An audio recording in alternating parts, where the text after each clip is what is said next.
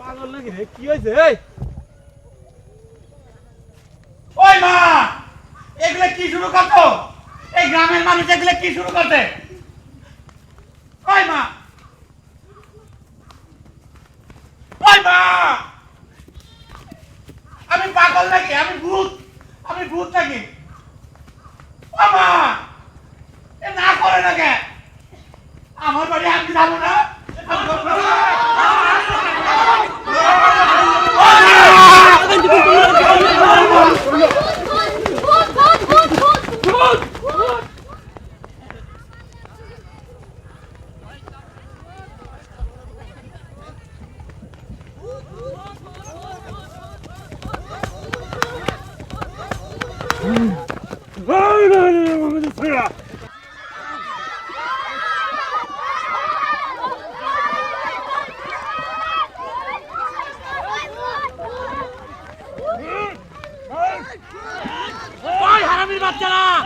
একটা ঢিল দিলে পরে আমি কিন্তু তোকে বংশ নির্বংশ করে দেবো।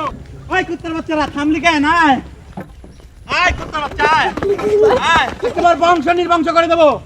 কিরে এদিকে আয়, পুরো সারখার করে দেবো। আয় হারামির বাচ্চা, আয়। এখন তোর আজকে ওই মা, মা, ওই মা।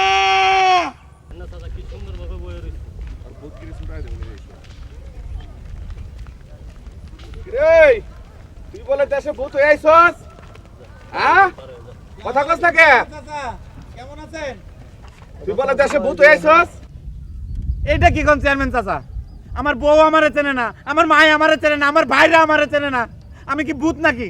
গ্রামের লোকজন আমারে ধাওয়ায় ধরে ঢিলায় মারে। এ মনির, এ ভাই, তুই না আমার কাছ থেকে টাকা নিয়ে গাঞ্জা খাইছিস? মনে নাই আমারে চিনস না তুই?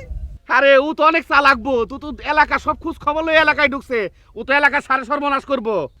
আরে তোর মতো অনেক ভূত আমি 1972 সনে মাইরে নিপাত করে দিছি।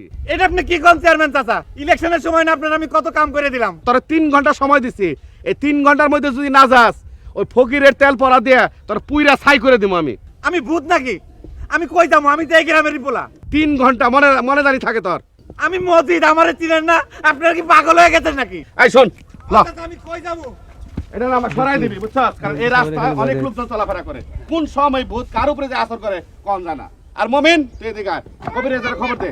বুঝছস? খবর দে। এই কি করলি? আমরা ভূত আসরে উঠা। বসে ধর। এ ভাই, এই ভাই, আমার চিনস না? এ মনির, ওই মা। রেহান উঠা। ল হঠাৎ করে দেখি যে আমাকে মজিদ ভাই, ওই যে সাকুর ওখানে, মাথা নিচের দিকে পা উপরের দিকে, বিশাল লম্বা লম্বা পা, হ্যাঁ, আর সারা গায়ে খালি গন্ধ। আমার তো ভয়ে জান উড়ে গেছে। হ্যাঁ, কিছুক্ষণ পর দেখলাম যে আমি এলাই পানির ভিতরে। হ্যাঁ, তারপরে কোনো মতে জান নিয়ে তাড়াতাড়ি উঠে চলে আসি।